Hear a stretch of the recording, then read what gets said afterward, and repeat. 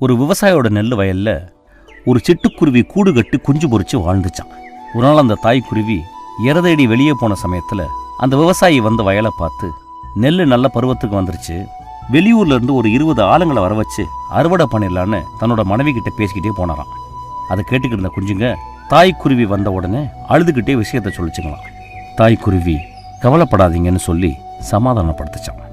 5-6 நாள் கழிச்சு வழக்கம் போல தாய்க்குருவி இறதேடி வெளியே போன சமயத்துல அந்த விவசாயியும் அவங்க மனைவியும் வந்தாங்களாம்.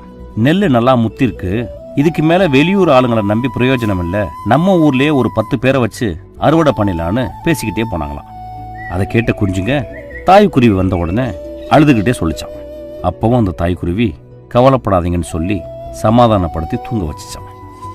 திரும்ப ஒரு 5 நாள் கழிச்சு விவசாயியும் அவங்க மனைவியும் வந்து, இதுக்கு மேல நெல்லை அறுக்காம விட்டா எல்லாம் வீணா போயிடும், வெளியாளுங்களை நம்பி பிரயோஜனம் இல்லை, நடக்கிறது நடக்கட்டும், நாளைக்கு நம்மளே இறங்கி அறுத்துடலான்னு பேசிக்கிட்டே போனாங்களாம்.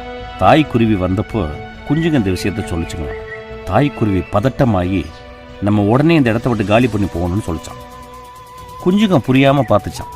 அந்த தாய்க்குருவி சொல்லிச்சான், ஒரு வேலையை செய்யறதுக்கு ஒருத்தன் மற்றவங்களை நம்பிக்கிட்டு இருக்க வரைக்கும் அந்த வேலை நடக்கவே நடக்காது.